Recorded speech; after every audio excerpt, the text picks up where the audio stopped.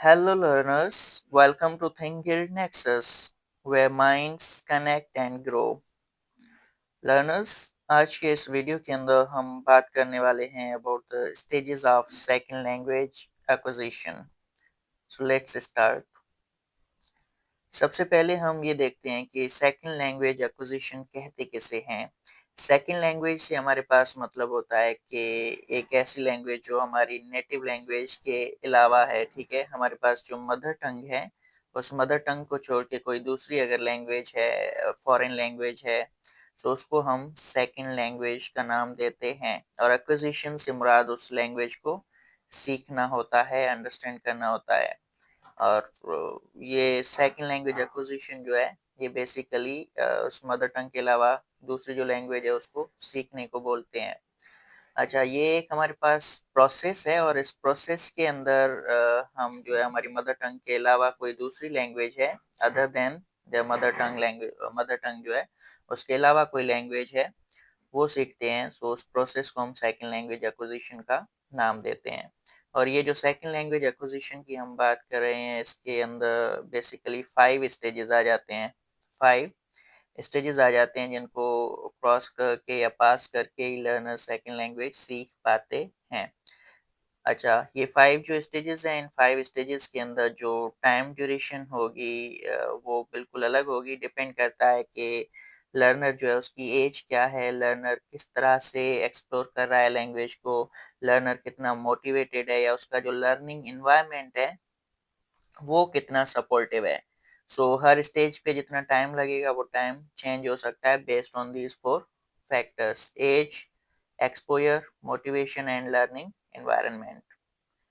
सो ये फर्स्ट हमारे पास पॉइंट है अबाउट सेकंड लैंग्वेज एक्विजिशन. अच्छा, अब यहाँ पे हम बेसिकली स्टेजेस को देख लेते हैं. सबसे पहला हमारे पास स्टेज आ जाता है प्री प्रोडक्शन स्टेज, जिसको हम साइलेंट पीरियड भी बोलते हैं. अच्छा, हमारे पास लैंग्वेज के अंदर एक होती है रिसेप्टिव स्किल्स, दूसरी होती हैं प्रोडक्टिव स्किल्स. प्रोडक्टिव स्किल्स में अगर हम बात करते हैं तो स्पीकिंग और राइटिंग आ जाते हैं, और रिसेप्टिव स्किल्स में रीडिंग और लिसनिंग आते हैं. लैंग्वेज हम जब भी सीखते हैं, लैंग्वेज की सीखने की स्टार्ट होती है लिसनिंग से. हम लिसनिंग से स्टार्ट करते हैं. सो यहाँ पे सेकंड लैंग्वेज जो है उसको भी हम रिसेप्टिव स्किल्स से स्टार्ट करते हैं, लिसनिंग से स्टार्ट करते हैं. और लिसनिंग के बाद हमारे पास सेकंड थिंग आती है स्पीकिंग. ठीक है, सो स्पीकिंग प्रोडक्टिव स्किल है. सो यहाँ पे स्टेज की अगर हम बात करते हैं, pre productive stage. Productive skill हमारे पास है जो स्पीकिंग है. ठीक है, स्पीकिंग से पहले जो रिसेप्टिव स्किल डेवलप हो रही है वो स्टेज है ये फर्स्ट स्टेज, जहाँ पे लिसनिंग जो है वो मैक्सिमम हो रही है. यहाँ पे लर्नर जो है वो कुछ भी बोल नहीं रहा होता है, साइलेंट होता है, इसलिए हम इसे साइलेंट पीरियड भी बोल रहे हैं. अच्छा, फर्स्ट यहाँ पे पॉइंट में भी हमने यही लिखी है चीज़ कि इसको हम एक तो यहाँ पे ये है कि साइलेंट पीरियड बोलते हैं. ये हमारे पास इनिशियल या फर्स्ट फेज है ऑफ सेकंड लैंग्वेज एक्विजिशन. इसके अंदर लर्नर जो है वो कुछ भी बोल नहीं रहा होता और इसमें सिर्फ एक्टिवली लिसन कर रहा होता है और अंडरस्टैंड कर रहा होता है. Listening is the main thing है.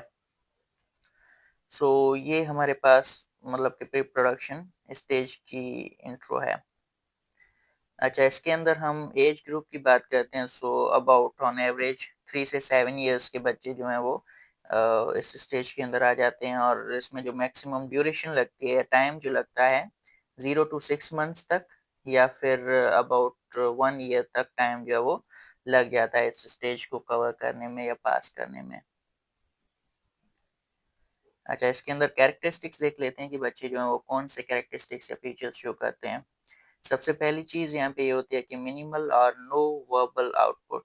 यहाँ पे वर्बल आउटपुट नहीं होता, स्पीकिंग नहीं होती, या तो बिल्कुल नहीं होती या फिर होती है तो बहुत ही स्मॉलर स्पीकिंग होती है, लाइक स्मॉलर लेवल पे स्पीकिंग होती है. सेकंड यहाँ पे फीचर ये है कि लर्नर्स जो हैं वो लिसनिंग ज़्यादा करते हैं, अंडरस्टैंडिंग ज़्यादा करते हैं, इतना एक्सप्रेस नहीं कर पा रहे होते, बोल नहीं पा रहे होते, प्रोडक्टिविटी नहीं होती, प्रोडक्टिव स्किल्स का यूज़ नहीं होता, बट रिसेप्टिव स्किल्स लिसनिंग जो है वो एक्टिवली करते हैं लर्नर्स यहाँ पे. थर्ड पॉइंट इज कि वो कम्युनिकेशन किस तरह से करते हैं लर्नर्स. कम्युनिकेशन के मेन सोर्सेज या तो वो जेस्चर्स यूज करते हैं या पॉइंटिंग करते हैं या नोडिंग और शेकिंग हो गई या ड्राइंग और एक्शन हो गया। जैसे कि हम एक सेंटेंस बोलते हैं व्हाट इज दिस, ठीक है, कोई यहाँ पे ऑब्जेक्ट है, सो लर्नर जो है वो सिंपली यहाँ पे इस तरह से पॉइंट आउट करके बता सकता है कि ये क्या चीज़ है, ठीक है। सो इस तरह से कम्युनिकेशन लर्नर की होती है, स्पीकिंग नहीं होती, पॉइंटिंग है, जेस्चर्स है, नोडिंग, चेकिंग वगैरह है, इन चीज़ों के थ्रू जो है वो कम्युनिकेशन करता है लर्नर। उसके बाद अगर हम वोकेबलरी की बात करते हैं, सो अप टू 500 वर्ड्स जो है वो लर्नर सीखता है, बट ये रिसेप्टिव वोकेबलरी होती है, ठीक है। सो ये हमारे पास फर्स्ट यहाँ पे की कैरेक्टरिस्टिक्स हैं कि बच्चों के अंदर कौन से फीचर्स या कैरेक्टरिस्टिक्स हमें देखने को मिल सकते हैं इस लेवल में। आगे देखते हैं। अच्छा, लैंग्वेज स्किल्स किस तरह से डेवलप हो रही हैं, वन बाय वन देखते हैं चीज़ों को।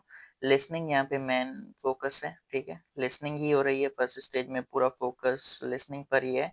सेकंड, स्पीकिंग जो है वो या तो होती नहीं है, ठीक है, या फिर लिमिटेड है, बिल्कुल ही थोड़ी होती है।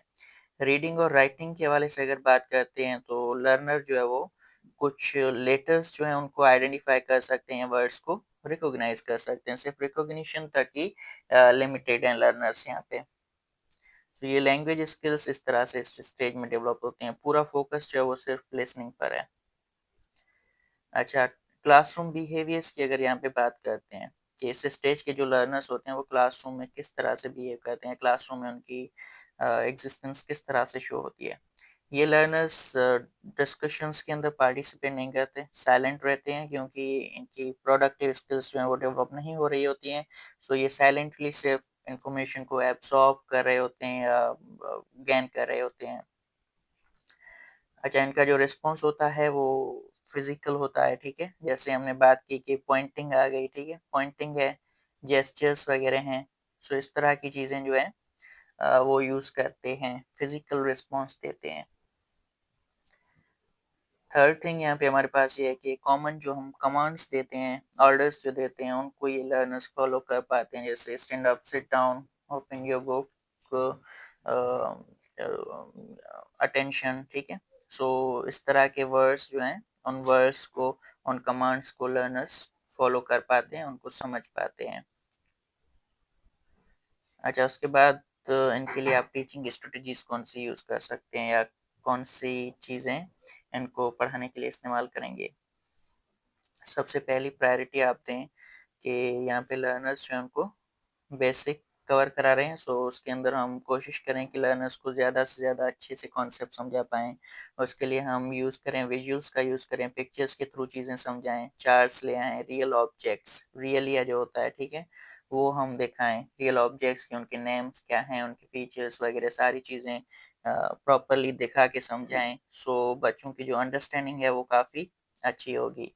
सो पहली चीज़ यहाँ पे ये है कि visuals, pictures, charts, real objects, ये सारी चीज़ें आप बच्चों को इन इन चीज़ों के थ्रू आप बच्चों को समझाएँ कॉन्सेप्ट्स। उसके बाद सेकंड पॉइंट है कि बच्चों को हम ज़्यादा फ़ोर्स ना करें स्पीकिंग के हवाले से, क्योंकि वैसे भी ये इस स्टेज में जहाँ पे लिसनिंग भी कर पाते हैं, सो अगर हम स्पीकिंग के लिए इन्हें फ़ोर्स करते हैं, सो उनकी मोटिवेशन लो होगी और हेजिटेट करेंगे, कॉन्फिडेंस लेवल कम हो सकता है और जो बाद में उस बच्चे के लिए, बच्चे की लर्निंग के लिए सही साबित नहीं होगा। सो इसलिए हमें कोशिश करना है कि टीचिंग करते वक़्त इस लेवल के जो बच्चे हैं, उनको स्पीकिंग के लिए फ़ोर्स ना करें, बल्कि ज़्यादा से ज़्यादा लिसनिंग में इन्वॉल्व रखें। और अगर हम क्वेश्चंस पूछ रहे हैं, तो क्वेश्चंस वो इस तरह से ही हों कि येस नो में जवाब दे पाएँ या फिर पॉइंटिंग क्वेश्चंस हों। जैसे कि हम बोलें कि do you have your book? ठीक है? सो लर्नर जो है वो जस्ट बोल सकता है कि येस और नो, या फिर वेयर इज़ योर बुक? हम इस तरह से क्वेश्चन पूछते हैं, लर्नर जो है वो पॉइंट आउट करके बता सकता है कि मेरा जो बुक है, वो बुक यहाँ पर है। ठीक है?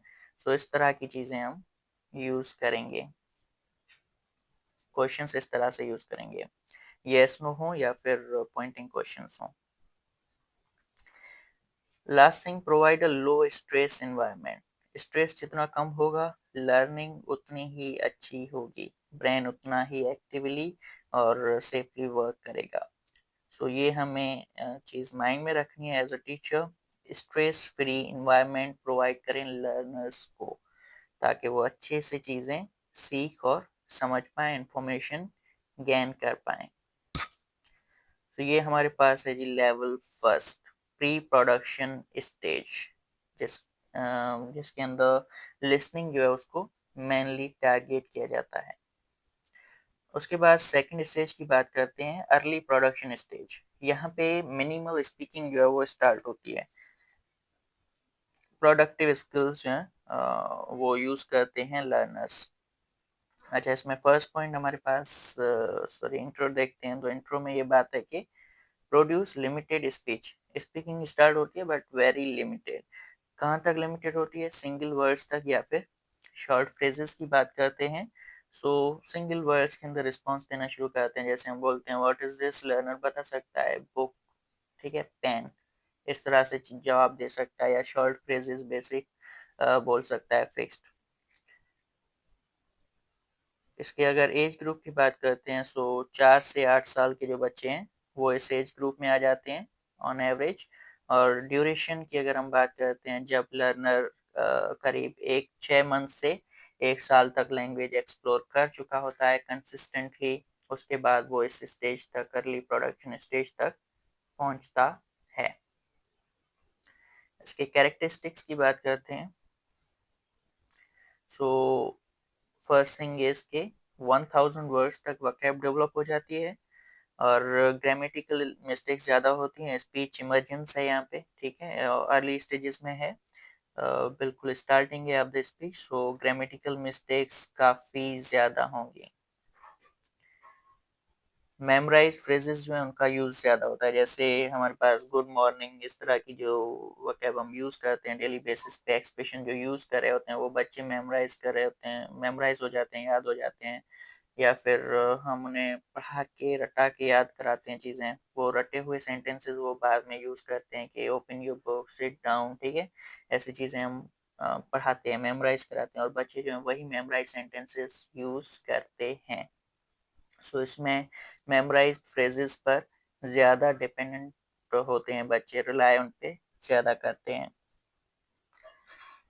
रिस्पॉन्सेस यहाँ पे जो बच्चे देते हैं वो बिल्कुल ही शॉर्ट और सिंपल होते हैं। 1 वर्ड तक या फिर सिंगल वर्ड तक या शॉर्ट फ्रेजेस में रिस्पॉन्सेस यहाँ पे देते हैं बच्चे।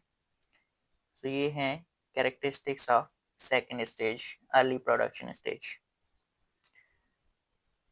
ओके, लैंग्वेज स्किल्स को अगर देखते हैं, सो लिसनिंग यहाँ पे स्ट्रॉन्ग हो रही है, ठीक है। लिसनिंग के बाद अगर हम बात करते हैं स्पीकिंग की, सो स्पीकिंग जो है उसके अंदर 1 वर्ड या 2 word responses, basic short phrases तक ही लिमिटेड होते हैं। रीडिंग और राइटिंग के अंदर सिंपल वर्ड्स यूज़ कर सकते हैं। आइडेंटिफाई, रिकॉग्निशन तक मेंशन है या फिर लेबल्स जो हैं वो लगा सकते हैं। जैसे हमने यहाँ पे कुछ चीज़ों के नाम दिए हुए हैं, ठीक है, सॉरी, कुछ चीज़ों की पिक्चर्स दी हुई हैं। लर्नर जो है इनके बता सकते हैं, नाम सामने बता सकते हैं कि इसका नेम ये है और इसका नेम ये है। सो इस तरह की चीज़ें लर्नर कर सकते हैं। सो लैंग्वेज स्किल्स में यहाँ पे लिसनिंग जो है वो स्ट्रॉन्ग हो रही है और स्पीकिंग जो है वो स्टार्टिंग पॉइंट में है, 1 वर्ड 2 वर्ड तक लिमिटेड है। और रीडिंग और राइटिंग भी सिंपल वर्ड्स रीड कर सकते हैं, लेबल्स दे सकते हैं, चीज़ों के नाम जो है वो लिख सकते हैं लर्नर्स। अच्छा, उसके बाद तो हम बात करेंगे क्लासरूम बिहेवियर्स की। सो क्लासरूम बिहेवियर्स में इस लेवल के जो लर्नर्स हैं वो क्वेश्चंस के आंसर्स यस नो में देते हैं या फिर सिंगल नाउन और वर्ब के अंदर देते हैं, ठीक है। पहले उसमें हमने देखा था कि जो रिप्रोडक्शन स्टेज है उसमें कम्युनिकेशन हो रही थी विथ फिजिकल रिस्पॉन्सेज। यहाँ पे सिंपल यस नो के अंदर रिस्पॉन्स दिए जा रहे हैं या फिर सिंगल नाउन्स या वर्ब्स के फॉर्म में रिस्पॉन्स दिए जा रहे हैं। अच्छा, उसके अलावा यहाँ पे फार्मूलिक एक्सप्रेशंस यूज करते हैं, मतलब कि फिक्स्ड एक्सप्रेशंस जो होते हैं। जैसे हम बोलते हैं I don't know, good morning, ठीक है। सो इस तरह के जो फिक्स्ड एक्सप्रेशन होते हैं, सिट डाउन है, ओपन ओपन योर बुक, सो ये फिक्स्ड एक्सप्रेशंस हैं जो हम मोस्टली यूज करते रहते हैं। सो ये फिक्स्ड एक्सप्रेशन लर्नर्स यूज कर सकते हैं। अच्छा, टीचिंग स्ट्रेटजी हमारी क्या होनी चाहिए यहाँ पे? टीचिंग स्ट्रेटजी के अंदर हम यहाँ पे WH क्वेश्चंस पूछ सकते हैं, बट उसके अंदर भी चॉइस हो। चॉइस किस तरह से? जैसे हम बोलते हैं विच one do you like, tea और कॉफ़ी, आपको क्या पसंद है? टी चाय पसंद है या कॉफ़ी पसंद है? ऑप्शंस दिए हैं, सो लर्नर उनमें एक ऑप्शन सेलेक्ट करके बताएगा टी या कॉफ़ी। वन वर्ड रिस्पॉन्स है, ठीक है। What would you prefer, book और पेन? सही है। सो हम इसमें चॉइसेस देते हैं, WH क्वेश्चंस का यूज करते हैं बट चॉइसेस देते हैं ताकि लर्नर जो है वो चीज़ों को सही से समझ पाए और ऑप्शन सेलेक्ट करके हमें आंसर दे सकें और उनकी जो स्पीकिंग है उसकी प्रैक्टिस होती रहे। Second thing, encourage short answers. हम कोशिश करते हैं कि बच्चे वन वर्ड से भी हटके अगर शॉर्ट आंसर्स जो हैं वो एक्सप्रेशंस जो हैं वो क्लियर करा लें, सो स्पीकिंग उनकी थोड़ी स्टार्ट होती है। जैसे मैंने फर्स्ट एग्जांपल आपको दिया कि which one do you like, tea और coffee. So learners one word में ये बोल सकता है कि टी, सही है फॉर एग्जांपल। सो उसको हम इंस्पायर करें, इनकरेज करें कि वो एक सेंटेंस बोले, आई लाइक टी, ठीक है, आई लाइक टी, ये रिस्पॉन्स दे। इंस्टेड ऑफ वो सिर्फ ये टी वर्ड बोले, सिर्फ टी वर्ड की बजाय हम उन्हें इनकरेज करें कि वो शॉर्ट आंसर्स की तरफ आए। सो ये हमें चीज़ करनी है ताकि स्पीकिंग जो है वो हम बच्चों की डेवलप कर सकें। उसके बाद use sentence frames. Sentence frames जो हमारे पास सेंटेंस स्टार्टर्स हम इन्हें बोलते हैं, सेंटेंस स्टार्टर्स बोलते हैं या सेंटेंस स्टीम बोलते हैं। अच्छा, ये हमारे पास क्या होता है, ये वो बेसिक पार्शियल सेंटेंसेस होते हैं जो किसी भी सेंटेंस को स्टार्ट करने के लिए यूज होते हैं। Like I would like to tell you, सही है, ये एक एक्सप्रेशन है। हम जब भी किसी को कुछ बता रहे होते हैं, सो बताना होता है हमें कुछ भी, सो हम इस तरह से एक सेंटेंस बोलते हैं कि I would like to tell you, ये स्टार्ट करते हैं और इसके बाद आगे जो है मेन इंफॉर्मेशन हम शेयर करते हैं। सो इस तरह के जो सेंटेंस स्टार्टर्स होते हैं वो हम यूज कर सकते हैं, वो हमें टीच करने चाहिए बच्चों को इस लेवल में। उसके बाद प्रेज एफर्ट नॉट एक्यूरेसी। यहाँ पे हम बच्चों की एक्यूरेसी जज नहीं करेंगे, हमें जो चीज़ जज करनी है, जिस चीज़ को हमें एडमायर करना है, दैट इज़ एफर्ट्स। हम उनके एफर्ट्स को जितना ज़्यादा प्रेस करेंगे, वो लर्नर्स उतनी ही ज़्यादा एफर्ट्स देंगे, उतना ही ज़्यादा इन्वॉल्व होंगे एक्टिविटीज़ में और चीज़ों को सीखने की कोशिश करेंगे। अगर हमने एक्यूरेसी को जज किया, सो लर्नर्स जो हैं वो डिमोटिवेट हो सकते हैं। मिस्टेक्स इसमें ग्रामेटिकल मिस्टेक्स ज़्यादा होती हैं, एक्यूरेसी हमें देखने को मिलेगी नहीं। और अगर हमने जज किया तो लर्नर जो है वो डिमोटिवेट हो सकते हैं। इसलिए हमें कोशिश करनी कि कोशिश, सिर्फ कोशिश नहीं बट एक्चुअल में हमें ये करना है कि हम लर्नर्स की जो एफर्ट है उस एफर्ट को प्रेज करें, नॉट देयर एक्यूरेसी। तो ये हमारे पास है जी second stage, early production stage.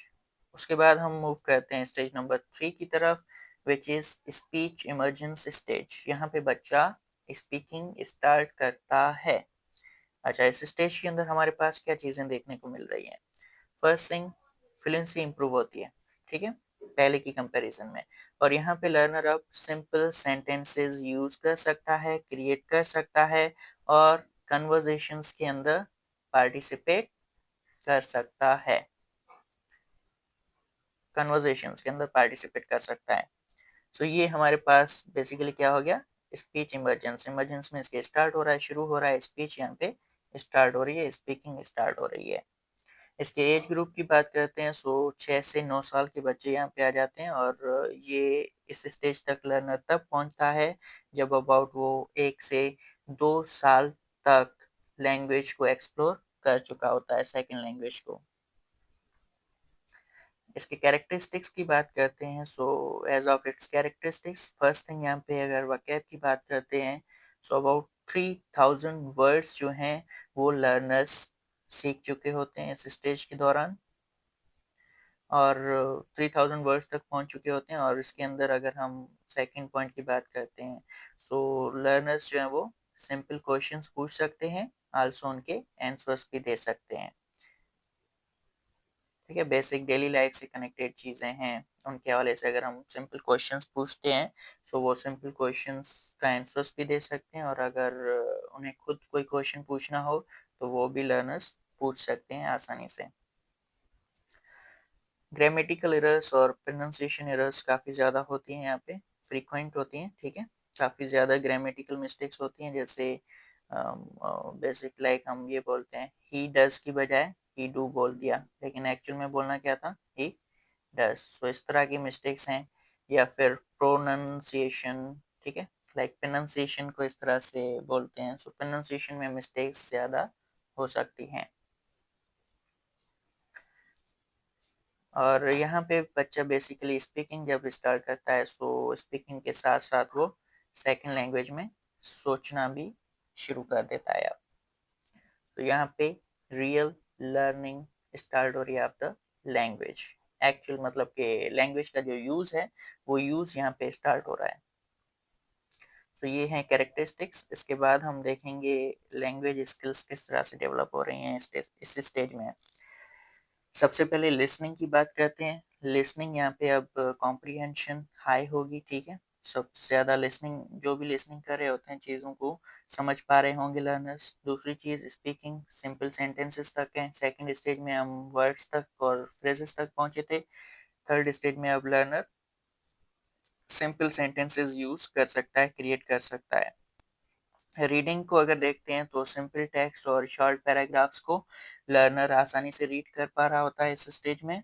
और राइटिंग जो है वो शॉर्ट सेंटेंसेस तक लिमिटेड होती है। बेसिक सेंटेंसेस जो है वो लर्नर लिख सकता है, जैसे इंट्रोडक्शन के अंदर पॉइंट्स आ गए, my name is, my father's name is, I am from X Y Z place. So simple simple sentences जो हैं वो यूज करके राइटिंग भी कर लेता है लर्नर। लैंग्वेज स्किल्स के बाद हमारे पास है जी बिहेवियर्स हैं। टिपिकल क्लासरूम बिहेवियर्स कौन से हैं? सो इसमें लर्नर्स जो हैं वो पार्टिसिपेट करते हैं अब ग्रुप डिस्कशंस में। ठीक है, स्पीकिंग स्टार्ट हो गई है, सो डिस्कशंस के अंदर इन्वॉल्व हो सकते हैं, कम्युनिकेशन होती है। ठीक है, और स्टोरीज जो हैं वो अपनी ओन वर्ड्स में सिंपल लैंग्वेजेस में फिर से बता सकते हैं। उन्होंने कुछ रीडिंग की, उन्होंने जो चीज़ें समझी हैं उसको सेकंड लैंग्वेज के अंदर आगे आके सिंपल सेंटेंसेस में, बेसिक सेंटेंसेस के अंदर बता सकते हैं खुद से ही।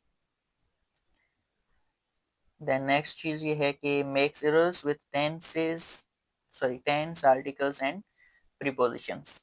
ओके, बेसिक यहाँ पे ये मिस्टेक्स काफ़ी ज़्यादा होती हैं, जैसे टेंस के हवाले से हेल्पिंग वर्ब को थोड़ा मिस यूज़ कर लिया, या फिर आर्टिकल्स गलत यूज़ कर लिए, एन लगाना था अ लगा लिया।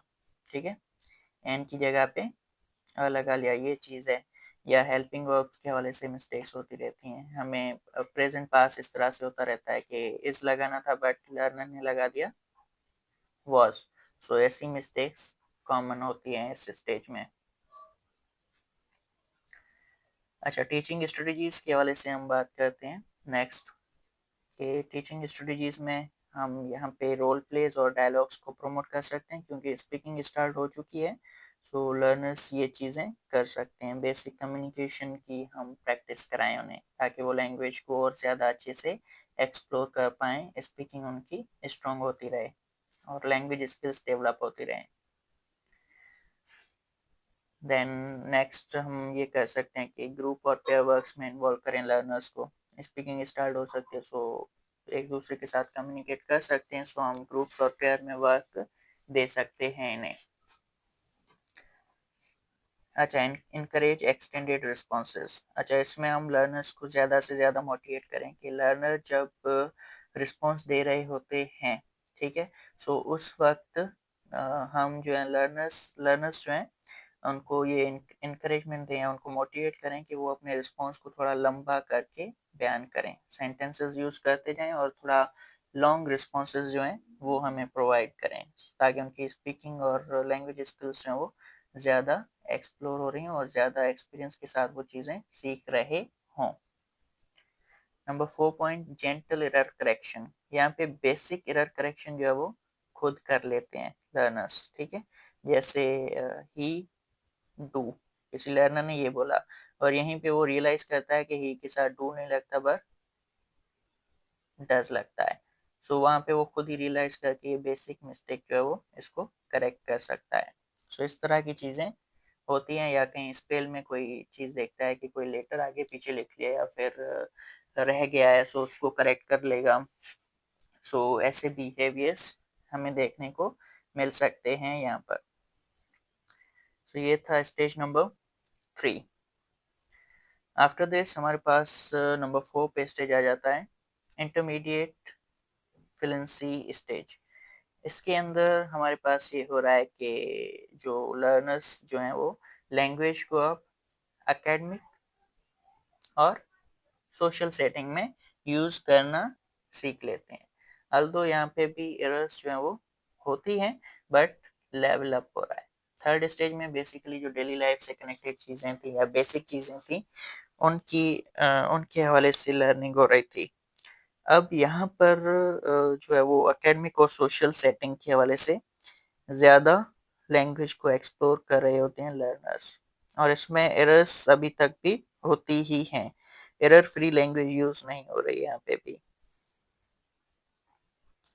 एज ग्रुप यहाँ पे 9 से 12 साल के बच्चे आ जाते हैं, और एक्सप्लोरेशन की बात करें, ड्यूरेशन की बात करें, सो लर्नर्स इस लेवल में तब पहुँचते हैं जब वो अबाउट 2 से 3 साल तक लैंग्वेज को एक्सप्लोर कर चुके होते हैं।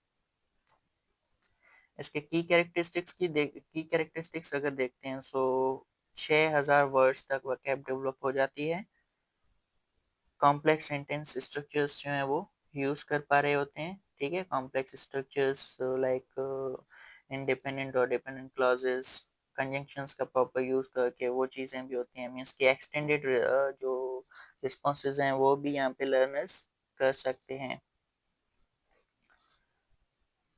ग्रामर और प्रोनाउंसिएशन यहाँ पे लर्नर्स की इम्प्रूव होगी एकेडमिक सेटिंग्स के हवाले से। राइटिंग अच्छी होगी, स्पीकिंग भी अच्छी होगी। एकेडमिक कॉन्टेक्स्ट के अंदर बहुत अच्छा लर्नर्स परफॉर्म कर पाएंगे। और ग्रामेटिकल सिंपल यहाँ पे ये है कि ग्रामेटिकल अंडरस्टैंडिंग जो है वो इम्प्रूव होती है, और प्रोनाउंसिएशन भी लर्नर्स की इम्प्रूव होती है। यहाँ पे एक्सप्रेस करते हैं लर्नर्स अपने ओपिनियंस, ठीक है। अपने ओपिनियंस और आइडियाज जो उनको क्लियरली एक्सप्रेस कर पा रहे होते हैं। एज यहाँ पे ग्रामेटिकल और प्रोनाउंसिएशन मिस्टेक्स कम है, सो चीज़ों को एक्सप्रेस करना काफ़ी आसान होता है। अपनी बातों को समझाना, आइडियाज़ को क्लियरली समझाना आसान हो जाता है लर्नर्स के लिए। सो यहाँ पे ये चीज़ भी हमें देखने को मिलती है। आगे देखते हैं कि लैंग्वेज स्किल्स के हवाले से क्या डेवलपमेंट हो रही है। Listening about near native comprehension, listening के हवाले से अगर कॉम्प्रीहेंशन की बात करें, सो तकरीबन जिस तरह से नेटिव स्पीकर्स अंडरस्टैंड करते हैं उस लेवल की लिसनिंग कॉम्प्रीहेंशन बिल्ड हो जाती है लर्नर की। स्पीकिंग में फ्लुएंट हो जाता है, बट स्टिल ओकेजनल एरर्स होते हैं, कुछ जगहों पे जो है वो मिस्टेक्स होती हैं। रीडिंग एकेडमिक टेक्स्ट जो भी हम उन्हें दें बॉक्स के अंदर, वो सारी चीज़ें वो रीड और अंडरस्टैंड कर पा रहे होते हैं। और राइटिंग के हवाले से बात करें, सो राइटिंग के लिए हम उन्हें बेसिक पैराग्राफ्स और शॉर्ट एसेज जो हैं वो लिखने को दे सकते हैं। ये चीज़ें लर्नर्स इस लेवल में अच्छे से कर पाएंगे, पैराग्राफ राइटिंग और शॉर्ट एसेज की राइटिंग। अच्छा, टिपिकल क्लासरूम बिहेवियर्स को अब देखें।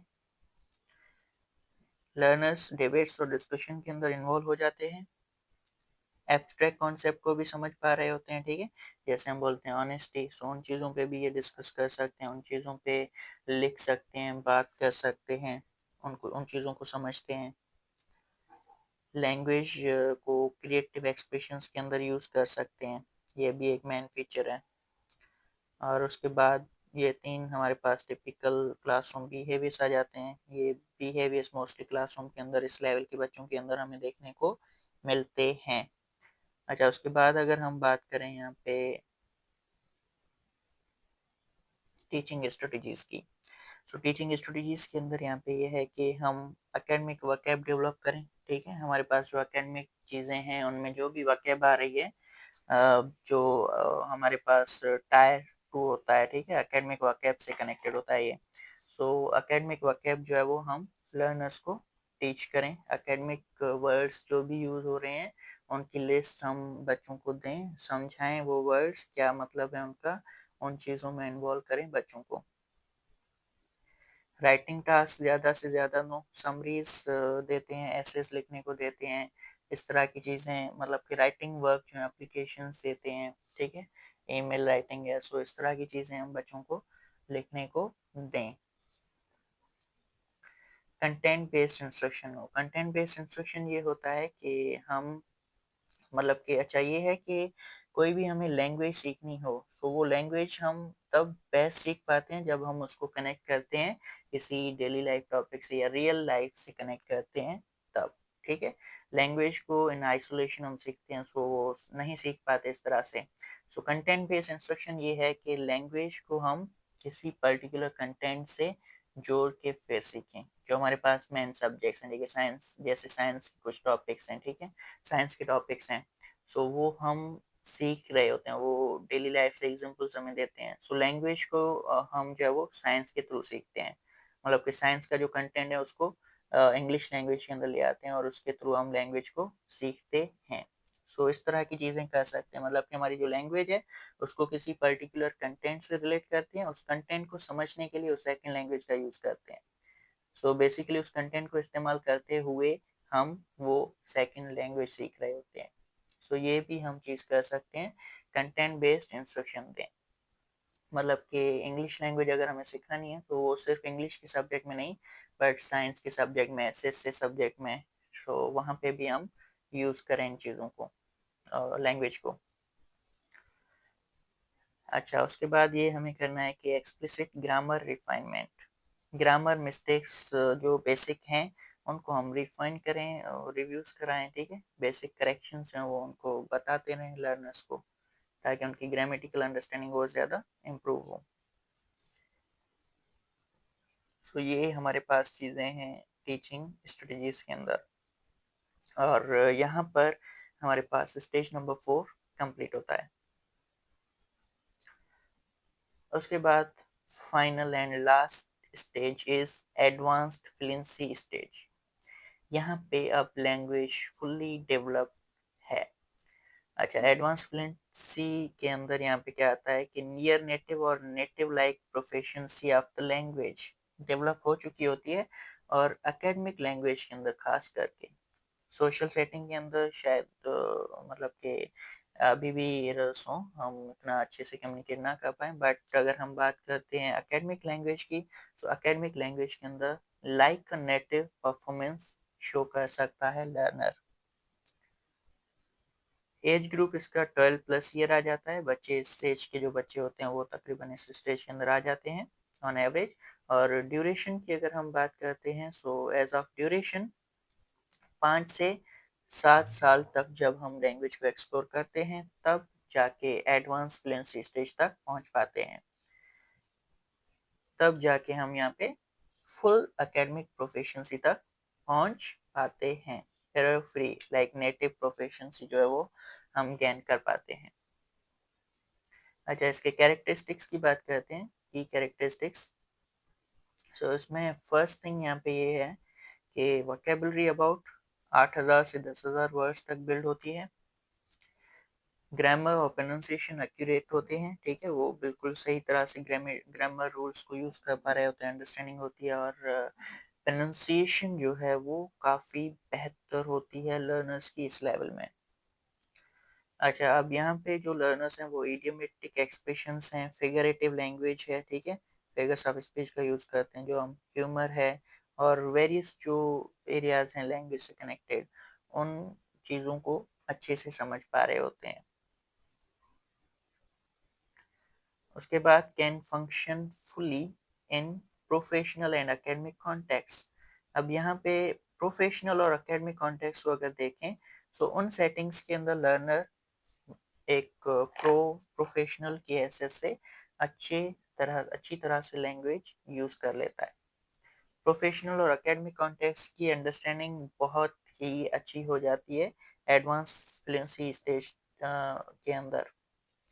प्रोफेशनली और एकेडमिकली कोई एरर्स ऑलमोस्ट ना के बराबर एरर्स होंगी, और इडियम्स और फिगरेटिव लैंग्वेज उन चीज़ों को भी अब लर्नर्स अच्छे से समझेंगे। तो ये हमारे पास की कैरेक्टरिस्टिक्स हैं। इसके बाद हम देखते हैं लैंग्वेज स्किल्स को। लिसनिंग की बात करते हैं, नेटिव लेवल लिसनिंग हो रही है। स्पीकिंग की बात करते हैं, फ्लुएंट स्पीकिंग होगी अब, और नेचुरल एक्सप्रेशन जो है वो यूज़ कर पाएंगे लर्नर्स। रीडिंग के हवाले से देखें तो एडवांस टेक्स्ट, लिटरेचर से कनेक्टेड चीज़ें, रिसर्च से कनेक्टेड जो चीज़ें हैं वो पढ़ और समझ पाएंगे लर्नर्स। राइटिंग के हवाले से बात करते हैं, सो राइटिंग में भी एकेडमिक चीज़ें जो होती हैं, प्रोफेशनल चीज़ें होती हैं, जैसे एसेज लिखने हो गए, एकेडमिक पेपर्स लिखने हैं, ठीक है, रिपोर्ट्स लिखनी है, रिसर्च पेपर्स लिखने हैं। सो इस तरह की चीज़ें जो है वो लर्नर कर सकता है इस लेवल में। अच्छा, नेक्स्ट हम क्लासरूम बिहेवियर्स की बात करें तो क्लासरूम के अंदर यहाँ पे अब बच्चा जो है वो नेटिव स्पीकर्स की तरह अपने ग्रेड लेवल पे जो है वो नेटिव स्पीकर्स की तरह परफॉर्म कर सकता है। दूसरी चीज़, लैंग्वेज को क्रिटिकली और एनालिटिकली यूज़ करता है, ठीक है।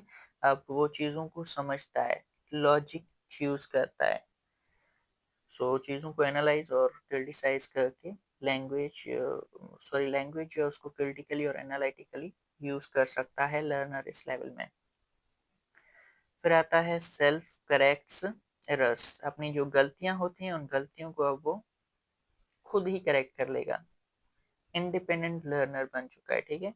इंडिपेंडेंटली वो अपनी मिस्टेक्स और चीज़ें जो कोई भी है वो खुद ही सही कर सकता है।